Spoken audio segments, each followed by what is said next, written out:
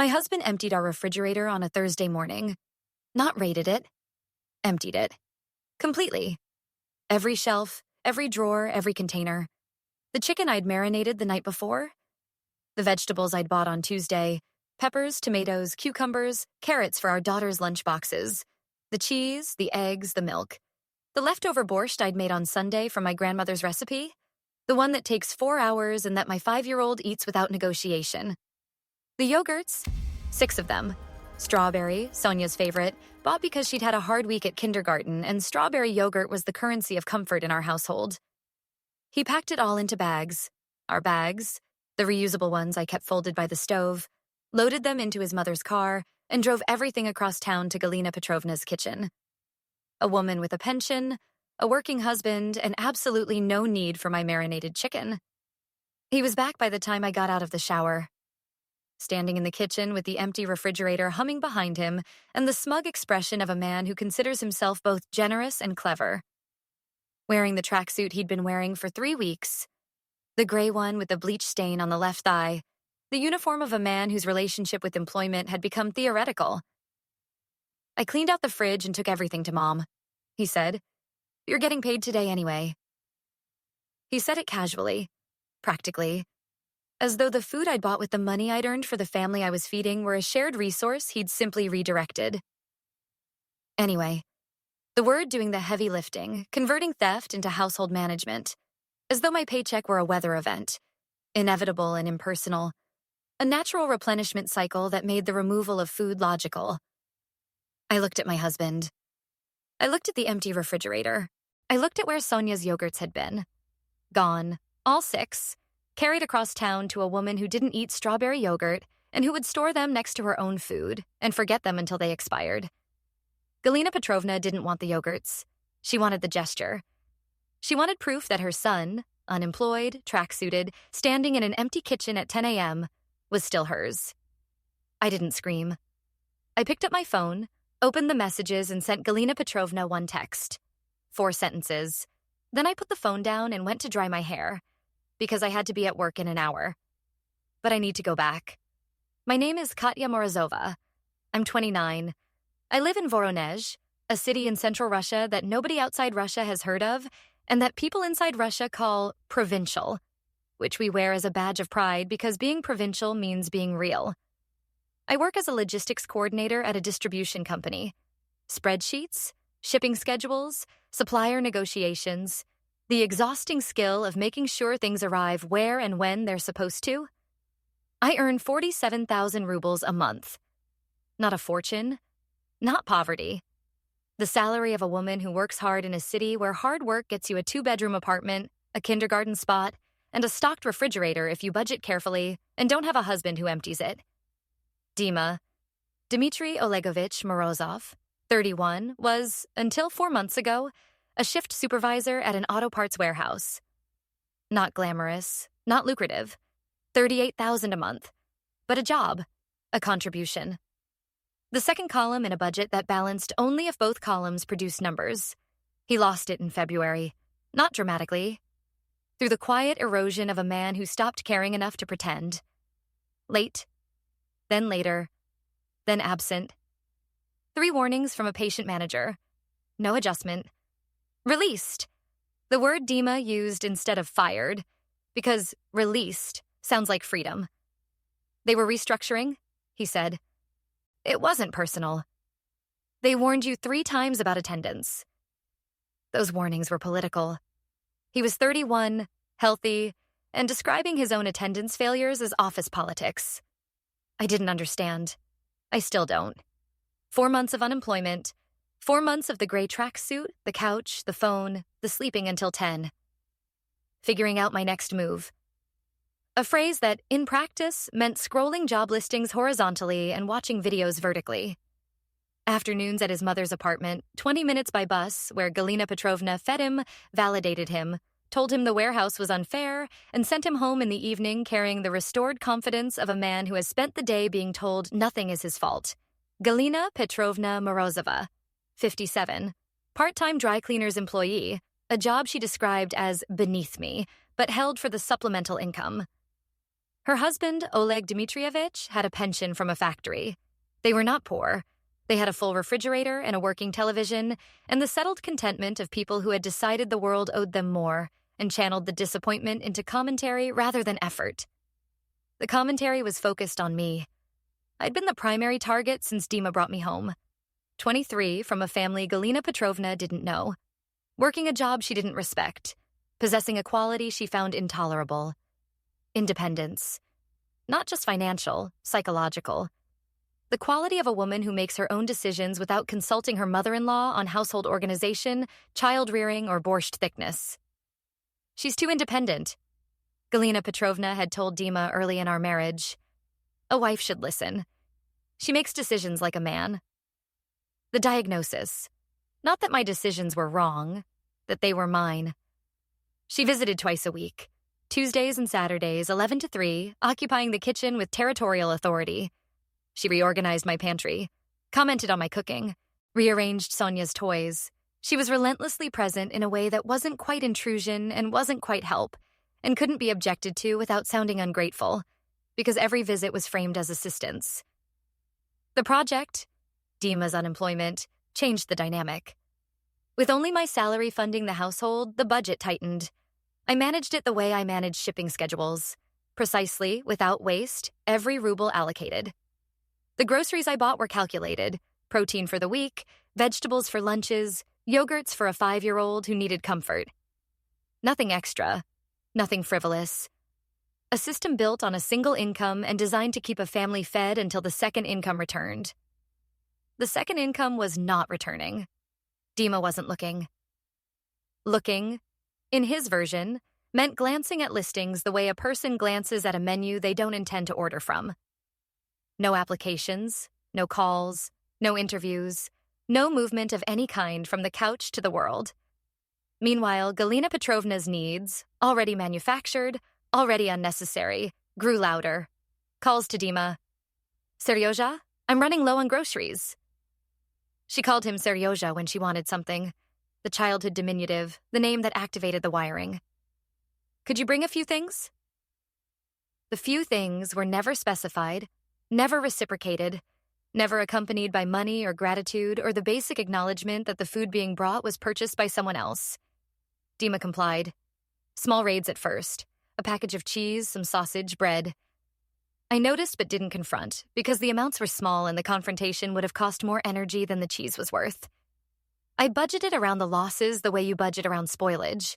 Expected shrinkage, factored in. But Thursday was not shrinkage. Thursday was demolition. The timeline, reconstructed from what Dima told me and what I later confirmed. Galina Petrovna called at 9:15, while I was still asleep. I'd worked late the night before. She told Dima she had nothing in the house. Untrue, as I would later verify. Dima, operating on the maternal instruction set that overrode all other programming, got up, surveyed the refrigerator, and made the decision that a man with no income and no authority over the household budget made. He took everything. Not selectively. Everything. Because Galina Petrovna hadn't asked for specific items, she'd said nothing in the house. And Dima, interpreting this as a crisis rather than a manipulation, had responded with the comprehensive, indiscriminate generosity of a man spending someone else's resources. Galina Petrovna drove over. They loaded the bags together. She drove away. He waited in the kitchen for me to discover the absence and to deliver the line he'd prepared. The line that, in his mind, was not cruel, but logical. You're getting paid today anyway. Anyway, the word I couldn't stop hearing. The word that erased 47,000 rubles of earned income and the woman who earned it. I stood in the kitchen in a towel with wet hair and 23 minutes before work.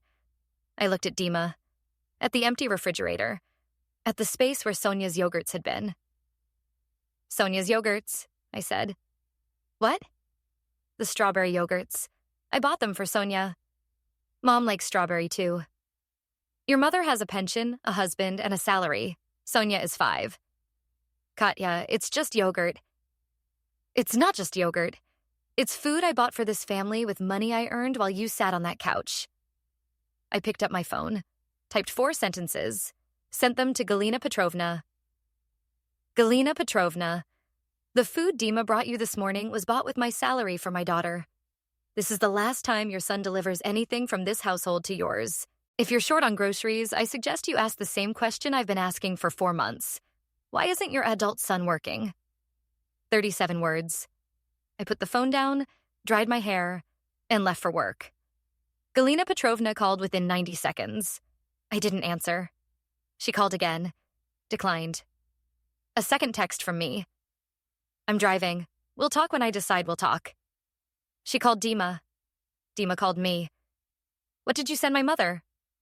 The truth. She's upset. I'm driving. I'll be home at 7. When I arrive, I'd like to see groceries in the refrigerator and a plan for how you intend to contribute to this household. Not a vague intention. A plan. I hung up, went to work, spent the day coordinating shipments and managing supplier delays. The irony not lost on me that my professional life was about ensuring delivery, and my domestic life involved a man who had delivered my groceries to the wrong address. At 12:15, a text from Galina Petrovna. Katya, you have no right to speak to me this way. I am Dima's mother, and what he brings me from his own home is his business. A wife should support her husband, not humiliate him. You modern girls think you can do whatever you want, but a family means respect, and you have shown me none. I am returning the food since you value sausage more than family.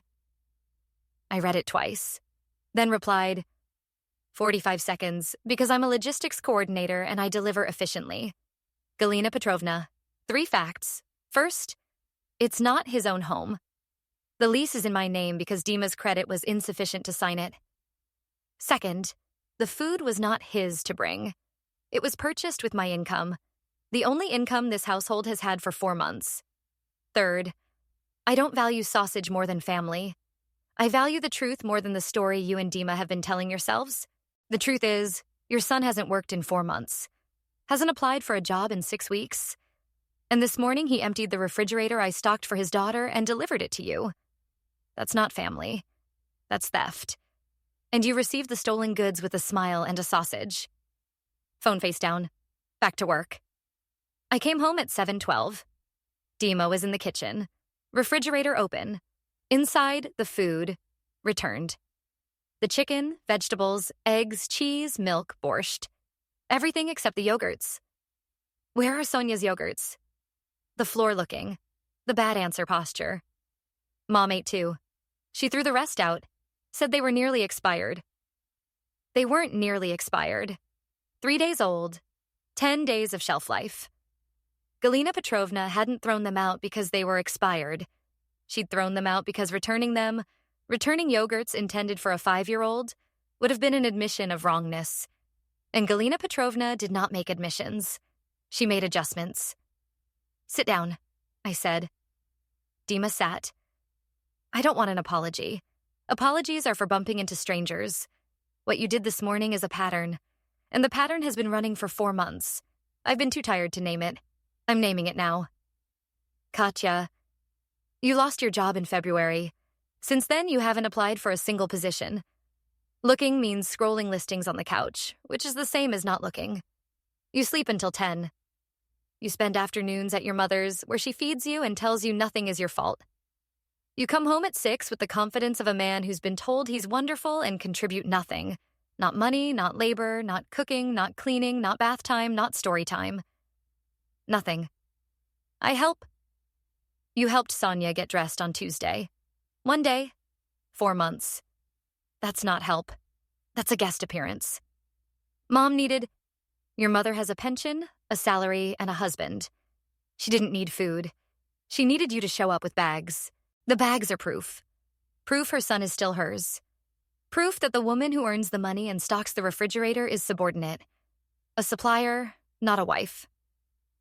The kitchen was quiet. Just the refrigerator humming. Here is what happens next. Not a negotiation. A statement. I took out my phone. A document written during my lunch break. First, 3 job applications this week. Not browsing. Applications, sent, confirmed, with dates and company names. If you haven't applied by Sunday, I'll assume you've decided this household is a hotel, and I'll adjust. The lease is in my name. The utilities are in my name. The bank account is in my name. If you don't contribute, I won't carry you. This isn't a threat. It's arithmetic. Second, your mother visits when invited, not as a manager or pantry inspector. She doesn't reorganize my kitchen. She doesn't critique my borscht. She doesn't call to report on my housekeeping. Katya, that's my mother. And Sonia is my daughter. Sonia didn't have yogurt today because her father gave it to a woman who threw it away.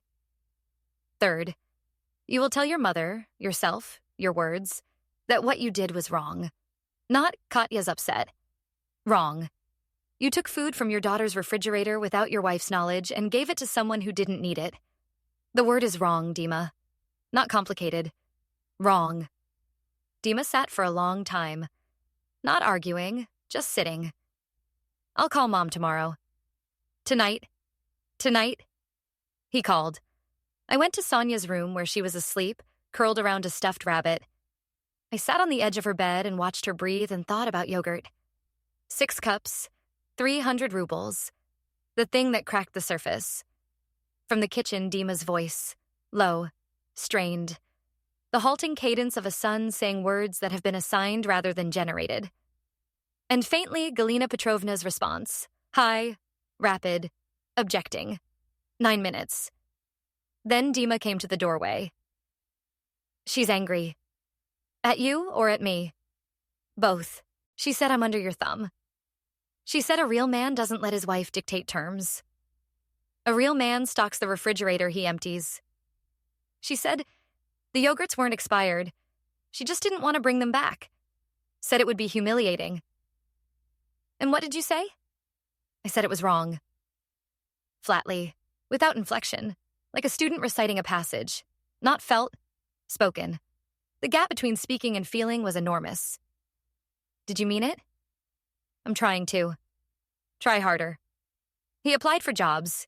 3 the first week, then 2 more, then 4. Mechanical, reluctant, but sent. On the 3rd week, a response. Warehouse position, different company, better management. Interview. 2nd interview, offer. He started at $35,000 a month. Less than before.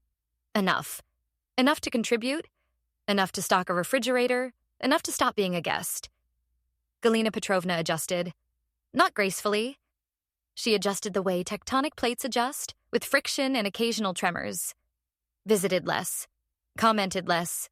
Received no deliveries. When she came for dinner a month later, at Dima's invitation, my approval, she ate my borscht and said nothing about its thickness. For Galina Petrovna, that was a standing ovation. She did bring something. A small bag on the counter, no ceremony, no explanation. I opened it after she left. 6 strawberry yogurts, correct brand, correct flavor, 10 days of shelf life. Carried across town by a woman who would never say I was wrong, but who had, in the language of objects, the only language available to her, said something adjacent, something close enough. I put them in the refrigerator. Sonia found them the next morning. Mama, yogurts. Yes, baby. Strawberry. She ate one for breakfast, standing at the counter in pajamas, yogurt on her chin. The uncomplicated happiness of a child receiving something she loves without knowing what it cost. Dima works now. 5 days a week, early mornings. He stocks the refrigerator on Fridays. His money, his attention, his developing understanding of what a household needs and what a daughter likes. He makes mistakes. Wrong cheese, forgotten carrots. Once, 8 liters of milk because it was on sale. We drank milk with everything for a week. Papa, why is there so much milk?